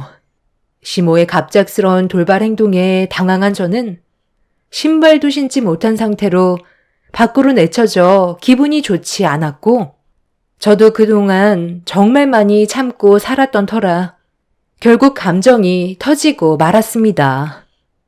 그이가 전 재산을 탕진해버린 건데 제가 왜 아이도 돌보지 못하고 돈을 벌어야 하는 건데요? 어머님 아들이니까 어머님이 책임을 지셔야 하는 게 맞는 거죠. 저와 의논도 하지 않고 혼자서 독단적으로 행동을 해버린 바람에 저도 얼마나 당황스러웠는지 아세요? 지금 그이랑 살아주는 것도 감사하게 생각하셔야 되는 거라고요. 어머님 아들이 이 집을 홀라당 날려먹었는데 왜 제가 뒤처리를 해야 되는 건데요? 저희가 부부라서요? 저한테 한마디도 상의하지 않고 멋대로 행동한 그 사람이 잘못한 걸 저는 받아들일 수 없어요. 어머님은 손자가 태어났는데도 짐스럽게만 보시고 저희 부부가 어려운 상황에 놓여 있다는 거 전부 다 알게 되셨으면서 도와주실 마음도 없으시잖아요. 오로지 용돈만 바라시는 어머님과도 인연 끊는 게 훨씬 더 행복한 삶을 살 수 있을 것 같네요. 그래서 끝까지 고집 부리겠다는 거니? 네가 얼마나 형편없이 내조를 했으면 내 아들이 그런 결정을 내렸겠어? 다시 한번 말하지만 내 아들 집에서 살려면 월 300 벌어와라. 그래야 내 용돈 맞춰주고 빚도 갚을 수 있을 거 아니야. 아니면 사돈어른께 이 사실을 알려서 금전적으로 도움을 좀 받아보든지 해라. 그이가 펑크낸 걸 왜 저희 부모님이 떼워줘야 하는 건데요? 저는 그럴 마음 전혀 없는데요. 깨진 항아리에 뭐하러 물을 부어요. 본인이 저지른 일 알아서 처리하게 놔둬야 정신을 차리고 다음부터 쓸데없는 짓을 하지 않겠죠. 저도 그이랑 사는 거 지칠 대로 지쳤고 같이 살 마음 조금도 없었는데 어머님이 제 고민을 확실하게 결정지어 줄 수 있게 해주셨네요. 저 그이랑 이혼하고 어머님과도 인연 끊겠습니다. 이런 집구석에서 살 바엔 혼자 사는 게 100배 1000배 낫겠어요. 제가 이혼하겠다는 말을 꺼내자마자 시모도 화가 나셨는지 현관문을 열고 저에게 달려드셨어요. 분노한 시모를 온 힘을 다해 옆으로 밀친 뒤 저는 다시 집 안으로 들어올 수 있었고 현관문을 걸어 잠근 뒤에 저희 부모님께 도움을 요청했습니다. 이미 수습이 되지 않을 만큼 사태가 심각해져 버렸기 때문에 더는 함께 살고 싶지 않았어요. 압류 스티커를 발견하셨으면 서로 머리를 맞대고 해결해 나갈 생각을 하셔야 되는데 시모는 용돈을 받지 못한다는 거에 화가 나셔서는 오히려 저한테 해선 안 될 행동을 저질렀고, 이런 상황들로 인해 잘 자고 있던 아이까지 놀라서 울고 있는 모습을 보니 더는 막장 집안과 함께 하고 싶은 마음이 없었습니다. 이런 집안과 살면 저와 아이는 결국 끝이 없는 불행의 길을 걷게 될 게 뻔했었죠. 뒤늦게 이 사실을 알게 되신 부모님은 남편의 무책임한 행동에 많이 실망을 하셨는지 다시 예전으로 돌아가려는 남편을 받아주지 않으셨어요. 시모는 저희 부모님께 막말을 퍼부으면서 제가 버릇이 없다고 자식 교육을 똑바로 시키지 못했다며 흥분을 가라앉히지 못하셨죠. 남편이 저희 부모님께 용서를 구하고 있는데 시모의 거침없는 언행에 상황은 더욱더 안 좋아지고 있었습니다. 저희 가족은 더 이상 이 사람들을 상대할 가치가 없다고 판단해 부모님의 도움을 받아 짐을 챙겨 친정으로 돌아가려 했어요. 그런데 남편이 부모님 앞에서 무릎을 꿇더니 손이 발이 되도록 빌면서 돈을 좀 빌려달라며 애언을 했는데 충격적이게도 남편은 저 몰래 대출받을 수 있는 곳을 알아본 뒤 최대한 끌어모아 하지 말아야 하는 걸 또다시 건드렸고 결국 그 돈마저 탕진했다며 수습을 할 수 있게 도와달라며 눈물을 쏟아내었습니다. 저희 가족도 남편의 생각 없는 행동에 많이 놀랐지만 시모도 당황한 듯 남편한테 재차 물어봐도 아무 말이 없자 시모는 오열을 했고 저희 가족은 그 모습을 보면서 지긋지긋했던 그 인간들을 뒤로한 채 친정으로 돌아갔습니다. 남편의 생각 없는 행동들이 더는 수습을 할 수 없을 정도로 심각해져 버려 시부의 귀에 들어갈 수밖에 없었고 집안은 난리가 났지만 시부는 남편을 도와주시지 않으셨어요. 오히려 인연을 끊어내어 버렸죠. 저도 그날 이후 경제적인 개념이 전혀 있지 않은 남편과 함께할 수 없다고 판단해 이혼을 결정하게 되었습니다. 그리고 저는 부모님과 이제 막 태어난 아이와 함께 살기 위해 전에 부모님이 살던 집을 처분하고 좀 더 넓은 집으로 이사를 하게 됐어요. 50평대 새 아파트로 입주를 하게 되면서 저희 엄마는 당분간 사업에서 손을 떼고 저와 아이를 위해 전적으로 도와주시기로 결정을 하셨습니다. 안정적인 삶으로 다시 돌아와서 그런지 심적으로 많이 편해졌었죠. 제가 선택한 사람이라 끝까지 함께하고 싶었고 남편이 모든 걸 해결하길 바랐었어요. 수습도 하지 못할 정도로 생각이 없는 사람은 아닐 줄 알았는데 마지막에 또다시 대출을 받아 상황을 더 악화시켰다는 말을 듣게 되는 순간 더는 함께 살고 싶지 않더라고요. 시모는 제가 부모님과 함께 50평대 새 아파트로 이사를 하게 됐다는 소식을 듣곤 배가 많이 아프셨는지 저희 집에 몇 번 찾아오셔서 한바탕 난리를 친 적이 있었어요. 저희 부모님께 돈 좀 빌려달라고 하셨지만 조금도 도와주지 않았거든요. 시부도 이미 생각 없는 시모와 남편을 내쳐버린 상태라 집안으로 들이지 않고 있어서 원룸에서 지내고 있다는 소식을 접했습니다. 제 사연을 들어주신 여러분들께서도 누구는 한 번의 투자로 큰 돈을 벌었다는 말에 본인도 그렇게 될 수 있을 거라는 착각에 빠지지 않으셨으면 좋겠어요. 제 경험상 절대로 빠져나올 수 없다는 걸 알기 때문에 여러분들께서도 그런 불행을 겪지는 않으셨으면 좋겠습니다. 최근에 전남편과 시모가 아이를 핑계로 저와 계속 연결고리를 만들려고 하는데 조만간 경찰에 신고를 해서 접근 금지 신청을 하려고요. 제 자식을 빌미로 돈을 갈취하려는 모습이 몇 번 보였거든요.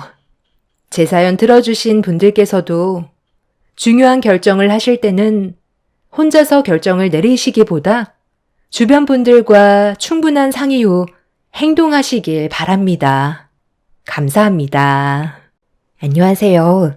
저는 최근에 남편과 결혼 생활 8년 만에 이혼을 하게 된 30대 후반 여자입니다. 살면서 변해가는 남편의 모습에 점점 지쳐가고 있었을 때 하나의 사건으로 인해 결국 서로 남남이 되었지만 후회는 없습니다.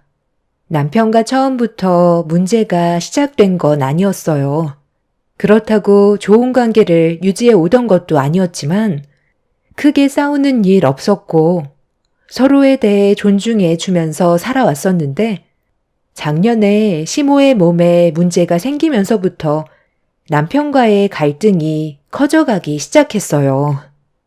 그때가 주말이었는데 혼자 계신 시모가 밥 한 끼 하자면서 저희 부부를 시댁으로 부르셔서 개인적인 일정이 있었는데도 어쩔 수 없이 시댁을 갈 수밖에 없었습니다. 이 문제로 서로에 대한 감정이 제일 많이 안 좋아졌었어요. 주말마다 시댁에 갈 수도 없는 건데 시모가 부르면 무조건 가야 하는 그런 분위기를 남편이 만들었고 제가 따로 약속이 있다고 얘기해도 이해해주지 않았었죠. 시모가 혼자 계시다 보니 남편은 항상 신경이 쓰인다면서 같이 가주길 원했었어요. 제가 못 가면 혼자서라도 가면 되는 거 아니냐고 불만을 얘기하면 시모에게 전화해서는 분위기를 더욱더 안 좋게 만들어버려 그런 상황들이 싫었던 저는 어쩔 수 없이 시댁을 가게 되었죠. 그냥 밥 한 끼 먹고 중요한 얘기도 아닌데 굳이 만나서 대화 좀 나누고 다시 집으로 돌아가야 하는 이런 반복적인 일들이 저를 지치게 만들었지만 남편은 본인이 원하는 걸 꼭 해야 직성이 풀렸기 때문에 그런 모습을 볼 때마다 결혼에 대한 후회가 밀려왔었어요. 시댁 문제로 부부관계에 금이 가고 있는데도 계속해서 상황을 악화시키는 시모의 행동들이 불만을 쌓이게 만들었고 결국 서로에게 상처가 되는 말들을 주고받게 되었어요. 시모는 제 입장에 대해서는 조금도 이해해 주려 하지 않고 오로지 집에 혼자 계시는 게 외로워서 저희를 부르는 거라면서 되려 저를 못된 며느리로 몰아갔어요.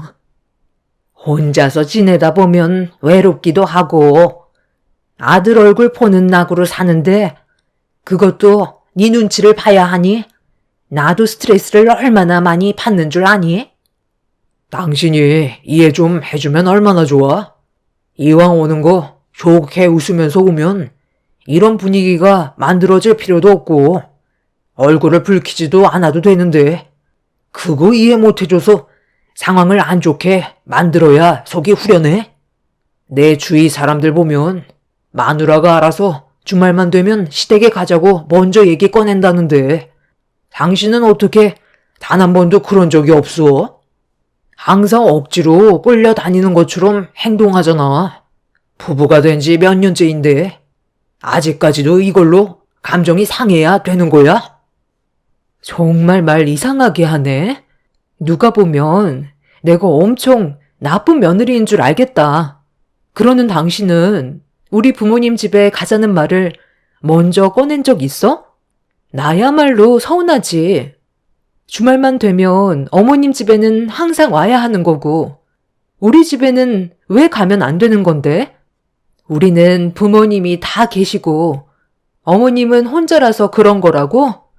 그래도 어느 정도는 조율해서 맞춰야 되는 거 아니야? 왜 항상 나만 희생해야 되는 건데? 내 친구들은 남편이 알아서 친정 부모님 집에 가자는 말을 먼저 꺼낸다는데 당신도 그런 적은 단 한 번도 없었잖아. 그리고 개인적인 볼일이 있으면 혼자 오면 되는 거지. 왜 내가 굳이 따라와야 하는 건데? 나 없을 땐 밖에서 어머님이랑 단둘이 외식하면 되는 거잖아. 한 번 같이 안 오면 남자가 삐져가지고 며칠 동안 말도 안 하고 당신은 어머님 댁에 오면 그냥 앉아서 TV만 보고 있지 손 하나 까딱하지 않고 있잖아? 그렇다고 우정이를 돌봐주는 것도 아니면서 바라는 건 엄청나게 많지? 당신이 이런 식으로 행동하니까 내가 더 오기가 싫은 거라고. 너는 셰미가 옆에 있는데 집안의 가장인 내 아들한테 말버릇이 그게 뭐니? 내가 보고 있는데도 큰 소리 치면 집에서는 아주 잡아먹으려 들겠다. 저는 외국 사람들과 대화하는 줄 알았어요. 의사소통이 벽이 생긴 것 마냥 시모와 남편은 제 입장에 대해서는 조금도 이해해 주려 하지 않았습니다. 오로지 본인들 생각만 할 뿐이지 배려는 눈꼽만큼도 없었죠. 참는데 한계가 오게 되자 저도 모르게 흥분해서는 거친 말이 입 밖으로 나왔고 서로에게 씻을 수 없는 상처를 만들어 버렸어요. 그렇게 한동안 안 좋은 감정을 가진 채 관계를 이어가던 어느 날 한동안 조용했던 남편이 주말이 오자 저에게 말을 걸어왔어요. 오늘 할 일 없으면 나랑 같이 엄마 집에 좀 다녀오는 게 어때? 엄마가 요즘에 몸이 좀 불편하다는 말을 자주 하셔서 신경이 좀 쓰이는데 당신이 같이 좀 가서 이것저것 도와주면 좋을 것 같은데 언제까지 이런 관계를 유지할 수는 없잖아. 하루 이틀 볼 사이도 아니고 하루라도 빨리 풀어야 하지 않겠소? 나 오늘 친정에 가기로 했어. 당신은 그게 문제야. 무슨 일이 있으면 나한테 미리 얘기를 하는 게 순서 아니야? 나도 다 계획이 있는데 그런 건 상관도 안 하잖아. 그냥 어머님 댁에 가자고 하면 내 일정은 어떻게 할 건데? 왜 이렇게 생각이 없는 거야? 오늘은 안 되니까 나중에 다시 얘기해. 당신 혼자 다녀와도 되잖아. 남편은 친정은 다음 주에 가라면서 강압적으로 저를 시댁에 데리고 가려 했어요. 또다시 제 입장을 생각해주지 않는 남편의 행동에 화가 치밀었고 얼굴을 붉히면서 안 좋은 말을 주고받게 되었죠. 한참 동안 언성을 높이면서 서로에게 상처를 준 뒤 집 밖으로 뛰쳐나온 저는 제 딸을 데리고 친정으로 향했어요. 가는 동안 남편과 앞으로의 결혼 생활은 힘들어질 것 같다는 생각이 머릿속에서 떠나지 않았습니다. 이런 고민을 한다는 자체가 부부관계를 회복하기는 힘들다는 걸 알고 있었지만 남편과 이런 일로 이혼까지는 하고 싶지 않았어요.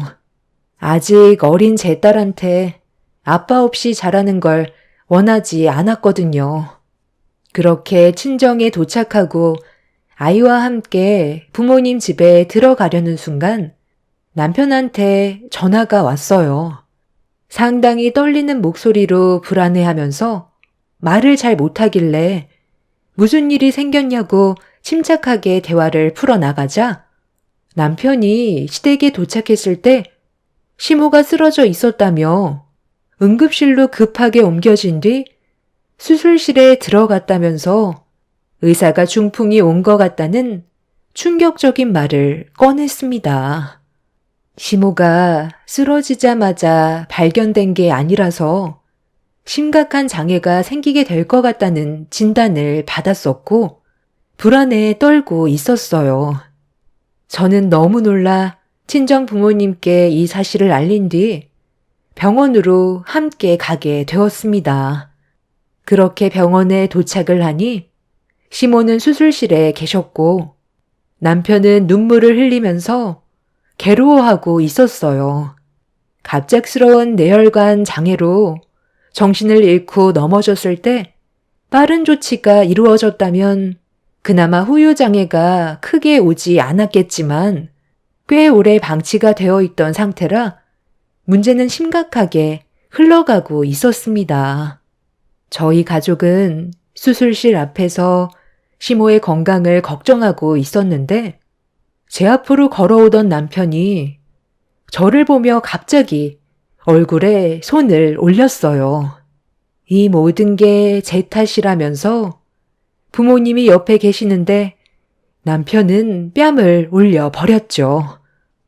이게 다 너 때문이야. 내가 가자고 했을 때 바로 따라왔으면 우리 엄마가 저 정도는 아니었을 거라고. 만약 문제가 심각해진다면 너도 가만두지 않을 거야. 자네 지금 이게 뭐 하는 짓인가? 네가 감히 내 딸의 얼굴에 손을 대? 오면서 대충 얘기를 들었는데 내 딸이 잘못한 건 하나도 없었는데 왜 남한테 탓을 돌려? 아무리 그래도 그렇지 우리 부모님이 옆에 계시는데 어떻게 내 뺨에 손을 올릴 수가 있어? 우리가 아무리 사이가 안 좋아졌어도 나는 어머님이 걱정돼서 곧장 병원으로 달려왔는데 이게 전부 다 내 탓이라고? 당신이 지금 나한테 한 행동이 어떤 의미인지 알고 저지른 거야? 나랑 이제 그만 끝내자는 거지? 너 같은 여자 필요 없어. 이 모든 게 다 너 때문에 벌어진 일이라고. 처음부터 우리는 아예 시작도 하지 말았어야 돼. 이기적인 당신 때문에 우리 엄마가 병원에 누워 계시는 거라고. 더는 함께하고 싶지 않으니까 당장 이혼하자. 그리고 다시는 만나는 일 없었으면 좋겠어. 너를 평생 원망하면서 살아갈 거라고. 저는 남편의 막말에 뺨을 올려 붙였고 수술실 앞에서 언성을 높이면서 서로 얼굴을 붉히게 되었어요.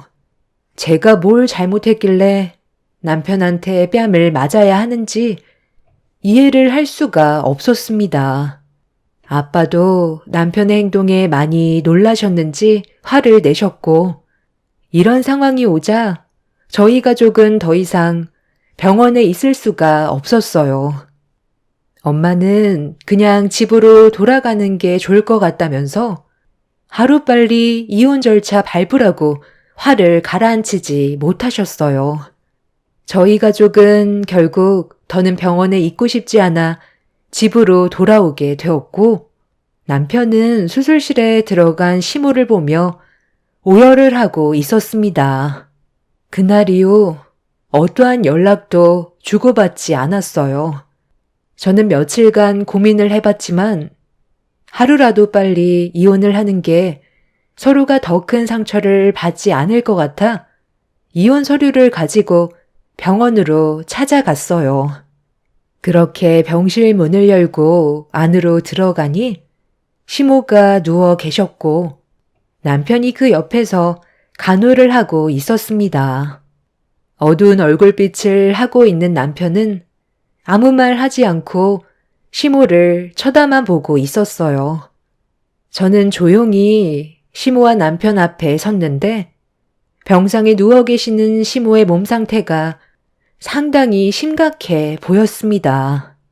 남편은 제 손에 들려있던 이혼 서류를 알고 있었는지 아무 말 없이 손을 내밀길래 건네주었고 상황이 별로 좋지 않기 때문에 조만간 다시 연락 주겠다면서 그만 나가주길 원했습니다.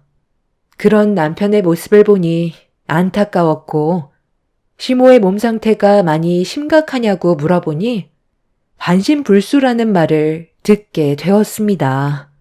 더는 대화를 하고 싶지 않다길래 안 좋은 분위기를 만들고 싶지 않아 그 자리를 서둘러 피했어요. 그렇게 집으로 돌아온 저는 이혼 준비를 하기 위해 집안의 물건들을 정리하기 시작했습니다. 몇 시간 동안 그동안 생활했던 짐들을 한쪽으로 쌓아두고 있는데 현관문이 열리는 소리가 들렸고 남편이 집으로 들어왔어요. 제가 짐을 싸고 있는 모습을 가만히 보고 있던 남편이 입을 열었어요. 나랑 정말 이혼할 생각이야? 우리 엄마가 저렇게 누워 계시는데 너는 지금 머릿속이 온통 이혼으로 꽉 차 있냐? 이혼은 못 해주니까 그렇게 알아. 당신이 원한 거잖아. 그때 수술실에서 한바탕 난리 쳐놓고 이혼을 하지 않겠다는 말이 나와? 우리 부모님도 당신이랑 이혼하는 게 좋을 것 같다고 하셨어. 나는 이혼 못 해주니까 정하고 싶으면 소송으로 가던지 우정이를 아빠 없는 아이로 만들 거야? 그때는 내가 제정신이 아니었으니까 그런 거잖아. 그렇다고 내 뺨을 때려? 아무리 화가 나도 그건 잘못된 거라고.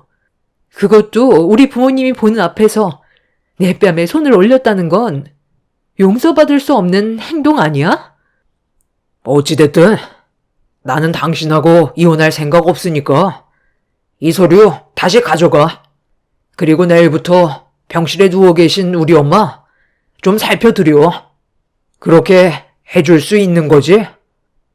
그 난리를 쳐놓고 당신 정말 철판 하나는 두껍다.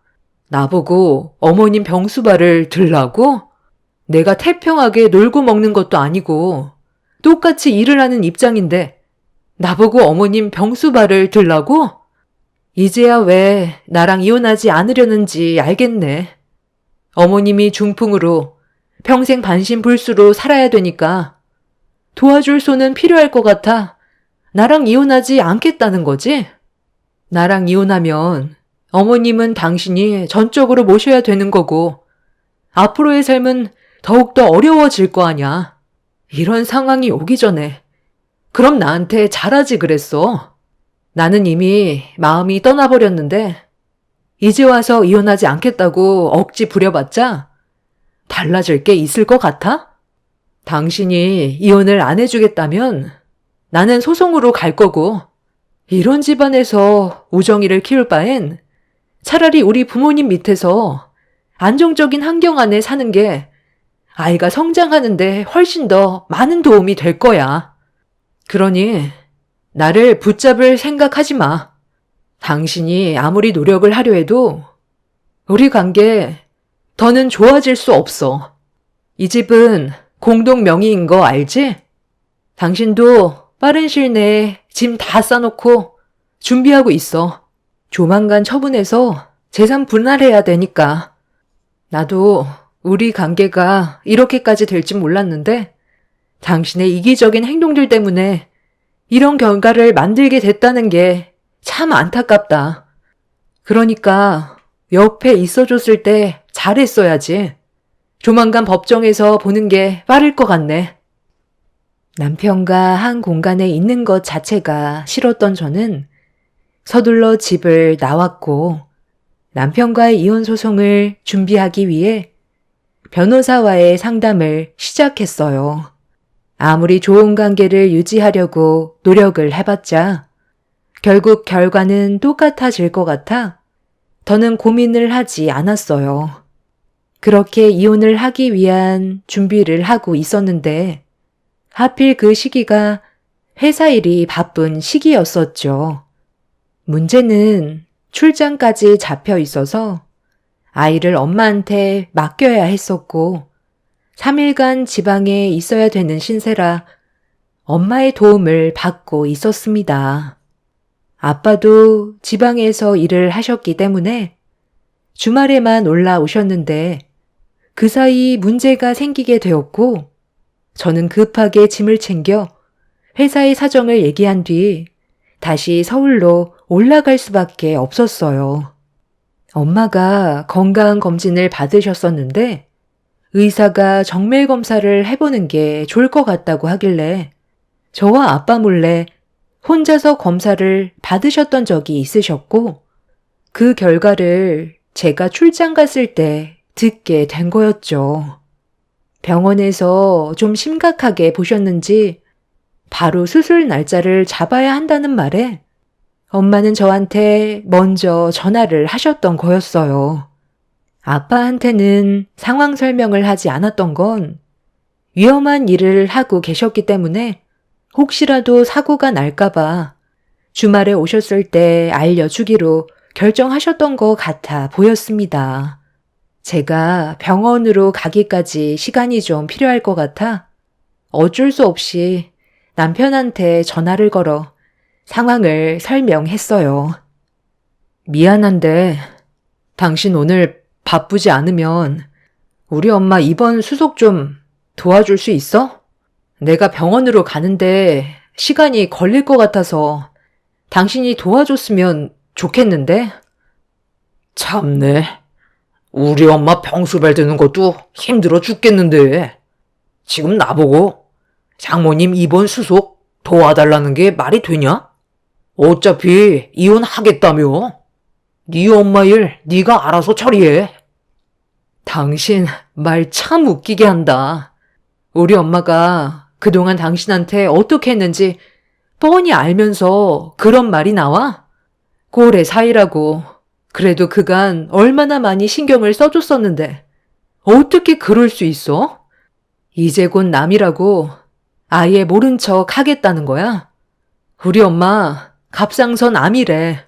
서둘러 수술 날짜 잡아야 하고 입원 수속 밟아야 한다고 했으니까 당신이 입원할 수 있게 옆에서 신경 좀 써줘. 어? 돈을 받아쳐 먹었으면 할 도리는 하라고 이 망할 놈아. 끝까지 밑바닥만 볼 거야? 돈은 돈이고 이건 다른 문제인데 내가 왜 움직여야 돼? 우리 엄마 간호해 드리는 것도 힘드니까 당신이 알아서 해. 입원 수속 급하게 할 필요 없잖아. 도움 필요할 때만 우리 집에 찾아와서 손 벌리던 놈이 그게 할 말이야?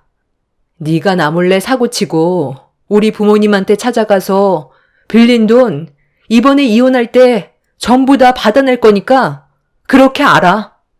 별것도 없는 게 꼴의 사장님 소리 듣고 싶어서 나 몰래 대출받아 사업했다가 망해서 상황이 악화되니까 수습하려고 우리 부모님한테 돈 빌려갔었으면 감사하게 생각해야지.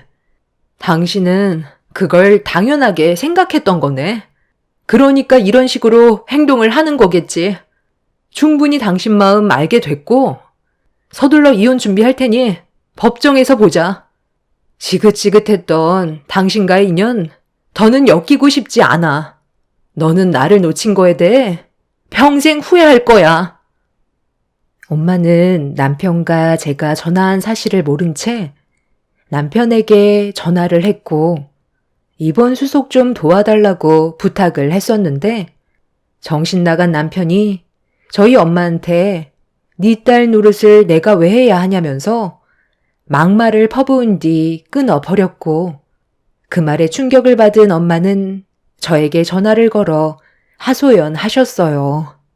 그동안 사이한테 해준 것들이 있는데 돌아오는 건 욕밖에 없다면서 상처를 크게 받으셨는지 괴로워하셨습니다.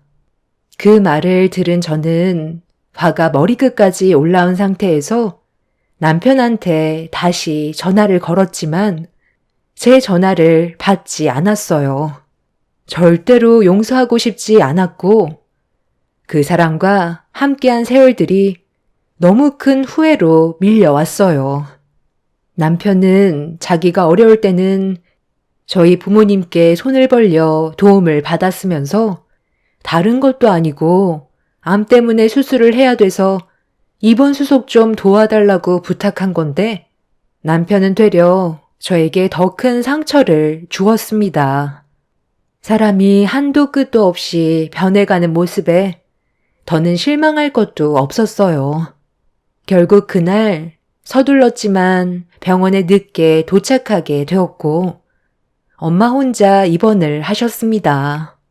병실에 누워 계신 모습을 보는 순간 눈물이 왈칵 쏟아져 나왔어요.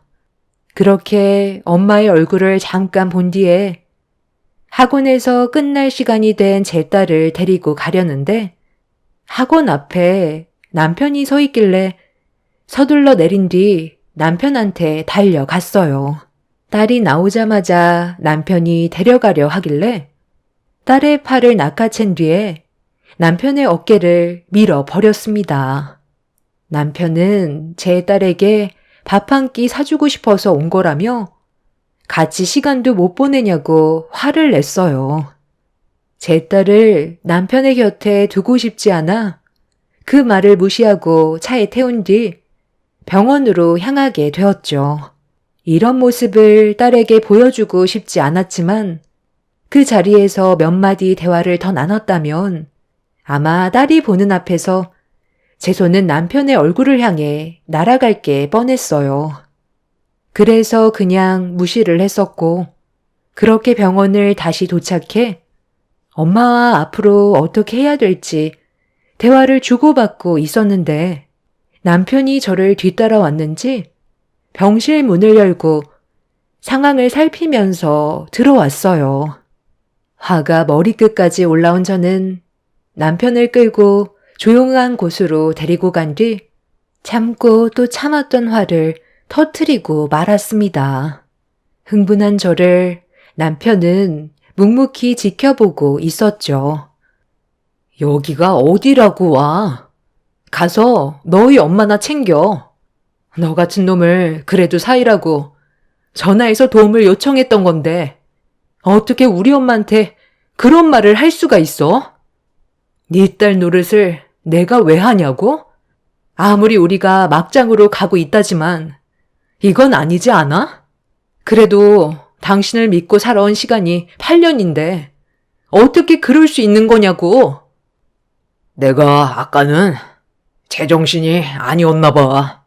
우리 엄마가 평생을 반신불수로 살아야 된다는 현실이 너무 막막해서 나도 모르게 그런 말이 나왔던 것 같아. 정말 미안해.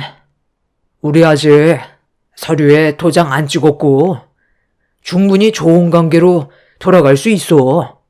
내가 장모님 옆에서 잘 챙겨드릴게. 그러면 되는 거 아니야? 그렇게 하면 당신 마음이 좀 풀릴 것 같아? 나도 회사 생활하면서 병원을 왔다 갔다 하니까 많이 지쳐서 그런 거니까 당신이 좀 이해 좀 해줘. 요즘 제정신이 아니라서 나도 많이 힘들어. 그런데 아까 병실 앞에서 들으려고 한 건 아닌데 장모님이 20억 점포를 인수한다고 하는 것 같던데 그 말이 사실이야? 나 예전에 사업 말아먹고 도와주신 이후로 아직까지 사업에 대한 미련이 남아있거든. 그리고 요즘 들어 사업을 해야겠다는 생각이 더 많이 들더라고. 회사 생활은 계속 묶여 있으니까 우리 엄마 병간호 하는 것도 한계가 있고 그래서 장모님이 이번에 점포 인수하면 나도 자리 하나 달라고 하고 싶은데 말 좀 잘해주면 안 될까? 내가 앞으로 사위 노릇 잘할게. 그리고 좀 전에 했던 말들 가서 무릎 꿇고 싹싹 빌 테니까 우리 이혼 다시 생각해보자. 우정이 이제 1학년이야. 벌써부터 아빠 없는 아이로 만드는 거 죄를 짓는 거나 다름없다고.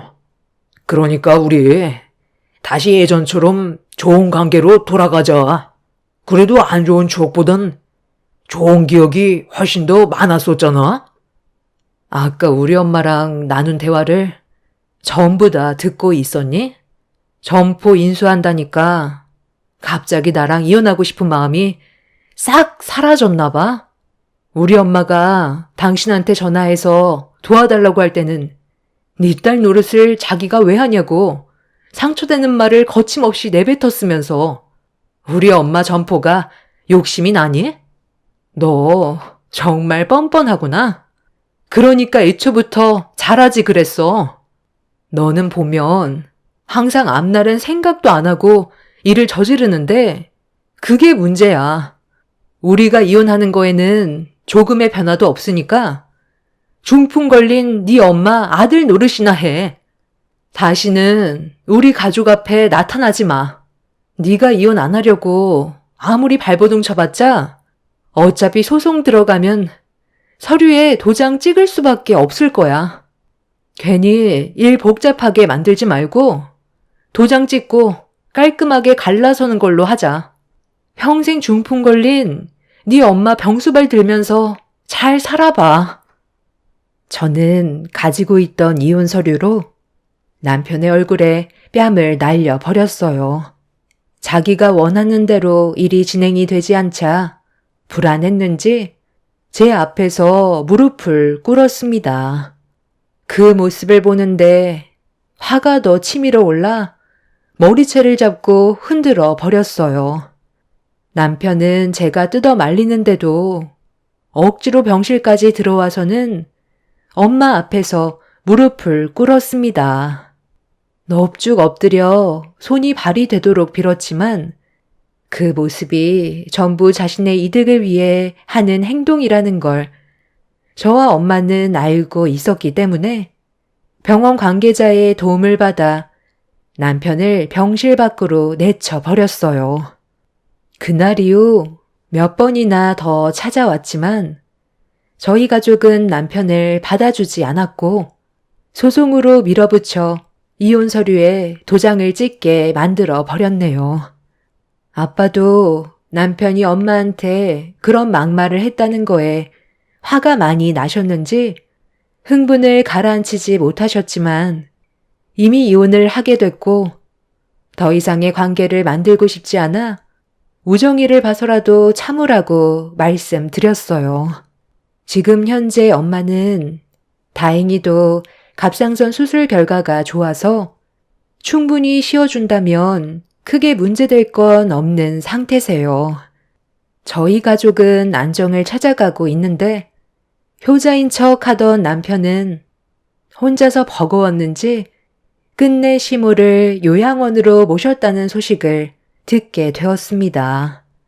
자기가 모든 걸 다 책임질 것처럼 행동하더니 저와 이혼을 하고 여러 가지로 힘들어지니 시모를 요양원에 바로 보내는 모습을 보니 전 남편이 어떤 사람이었는지 더욱더 확실하게 알 수 있었어요.